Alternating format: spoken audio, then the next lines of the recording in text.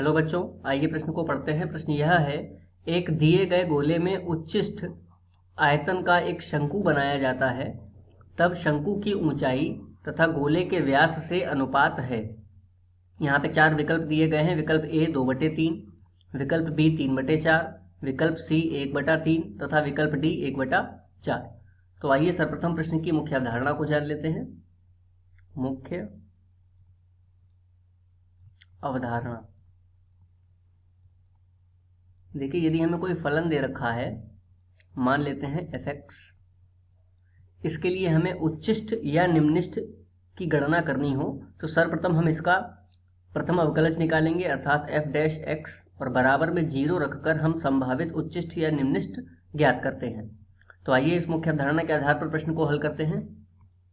प्रश्न में दिया हुआ है एक दिए हुए गोले में, तो सर्वप्रथम हम एक गोला बना लेंगे और इस गोले में दिया गया है कि उच्चिष्ट आयतन का एक शंकु बनाया जाता है। तो एक शंकु बना लेते हैं कुछ इस प्रकार से। यह शंकु का आधार हो जाएगा जो कि वृत्ताकार होता है। अब देखिए कि वृत्त का एक अपना केंद्र होगा, ठीक है। मान लेते हैं कि ये ए बिंदु है, यह बी बिंदु है तथा यह सी बिंदु है, मतलब शंकु को ABC प्रदर्शित कर रहा है।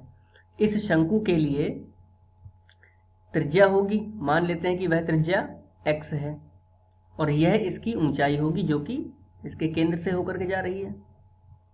यह मान लेते हैं कि यह ऊंचाई h है, यहां से लेकर के यहां तक। यह बिंदु ABC हो गया।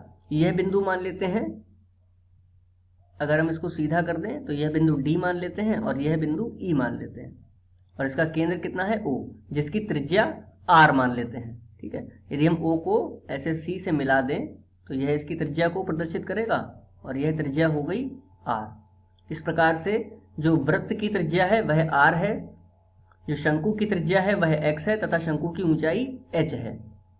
अब यहां पर यदि हम ये देखिए B से E को भी मिला दें तो ज्यामिति से हम ये कह सकते हैं कि जब भी, देखिए AD क्या है, इसका व्यास है वृत्त के लिए, और BC क्या है, इसके लिए जीवा है। तो जब भी वृत्त की जीवा और वृत्त का व्यास आपस में प्रतिच्छेद करते हैं तो ज्यामिति से एक संबंध निकल के आता है जो कि निम्न प्रकार है, BE गुणा CE, BE गुणा CE बराबर AE गुणा ED, AE गुणा ED, ठीक है। तो यहां से हम देखेंगे कि BE का मान, देखिए क्योंकि EC जो है वो x है तो BE भी कितना होगा, x होगा। तो यहां पर ये x हो गया, गुणा CE, इसका मान भी x हो गया, बराबर AE। देखिए AE को हमने चित्र में क्या माना है, जो कि शंकु की ऊंचाई है, उसको h मान रखा है, तो यहाँ पर h रख देंगे, गुणा ED। अब देखिए ED का मान यदि हमें प्राप्त करना है तो ED का मान हम यहां से लेकर के यहां तक कैसे प्राप्त कर सकते हैं, यदि हम AD में से AE को घटा दें तो हमें ED प्राप्त हो जाएगा। तो AD क्या है, वृत्त का व्यास, अर्थात 2R हो जाएगा, माइनस AE क्या है, h है, जो कि शंकु की ऊंचाई को प्रदर्शित कर रही है, ठीक है। तो यहां से हमें एक संबंध मिल जाएगा, x की घात 2 बराबर h गुणा 2R माइनस h। इसको समीकरण 1 मान लेते हैं। अब देखिए हमें दिया गया है उच्चिष्ट आयतन का एक शंकु बनाया जाता है। तो यदि हम शंकु का आयतन निकालें तो शंकु के आयतन का सूत्र क्या होता है, शंकु का आयतन, क्योंकि हमें उच्चिष्ट आयतन का बनाना है तो आयतन का सूत्र लगा करके हम शंकु का आयतन निकाल लेते हैं, जिसको V से प्रदर्शित कर रहे हैं। V बराबर सूत्र होता है 1/3 पाई R की घात 2 गुणा h, जहां पर R त्रिज्या है और h ऊंचाई है। तो देखिए चित्र में 1/3 और पाई तो ऐसे ही रहेगा, त्रिज्या कितनी है शंकु की, x है, तो हम यहाँ पर x रख देंगे, तो x की घात 2 हो जाएगा, गुणा ऊंचाई हमने h ही मानी है तो h रखेंगे। अब समीकरण 1 से देखिए x की घात 2 का मान क्या है, h, कोष्टक में 2R माइनस h, तो वहां पर x की जगह पे, x की घात 2 की जगह पे हम रख देंगे कितना, h, और कोष्टक में 2R माइनस h। तो यहां पर सर्वप्रथम h रखते हैं, पाई h 2R माइनस h और गुणा में h, तो ये V का मान आ गया, ठीक है। अर्थात v का मान आ रहा है 1/3 पाई, और कोष्ठक में यदि हम गुणा कर लें तो आ जाएगा 2r h की घात 2 माइनस h की घात 3। यह हमें v का मान प्राप्त हो रहा है।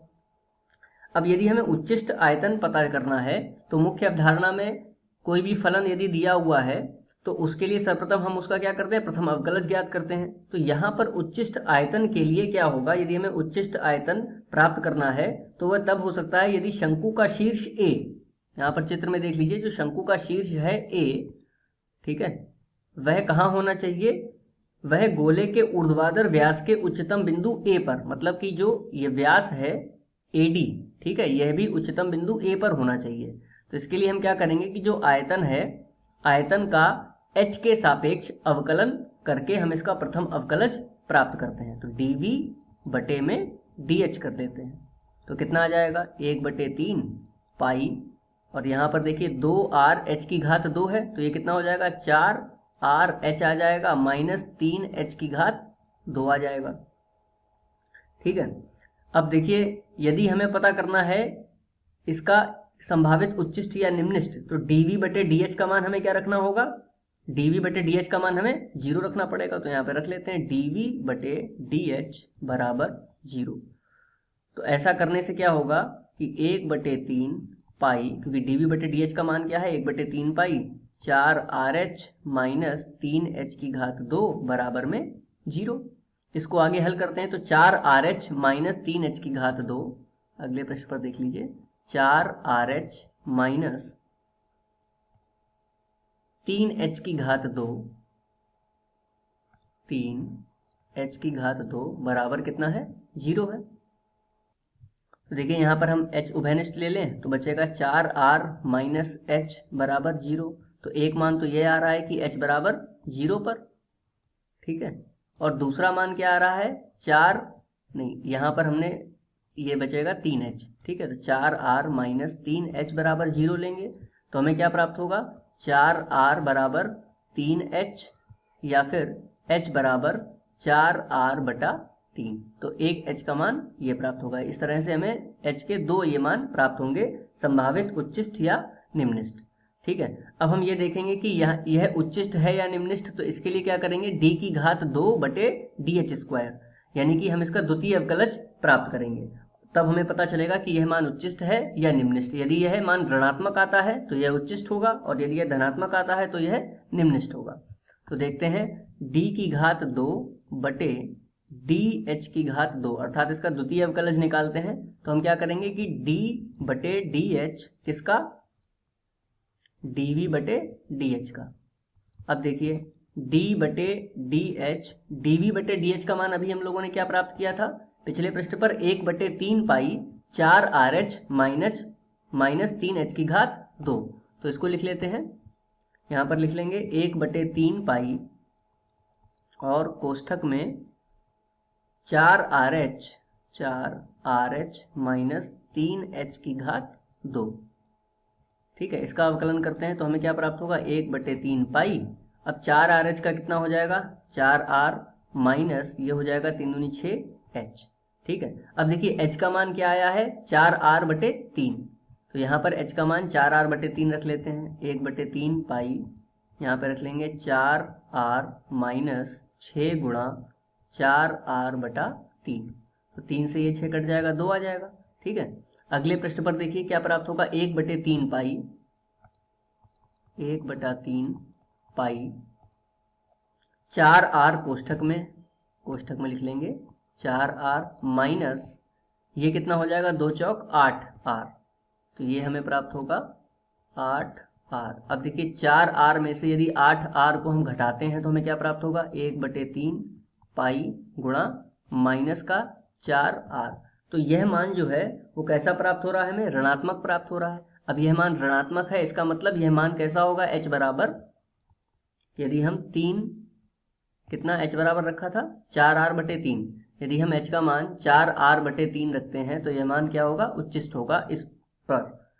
अब देखिए प्रश्न में हमें क्या बोला गया है, प्रश्न में हमें प्राप्त करना है, ये तो हमने प्राप्त कर लिया कि h बराबर 4r बटे 3 पर यह मान क्या होगा उच्चिष्ट होगा। अब प्रश्न में हमें पूछा गया है कि शंकु की ऊंचाई तथा गोले के व्यास का अनुपात, तो लिख लेंगे शंकु की ऊंचाई, हमें जो ज्ञात करना है, शंकु की ऊंचाई बटे गोले का व्यास।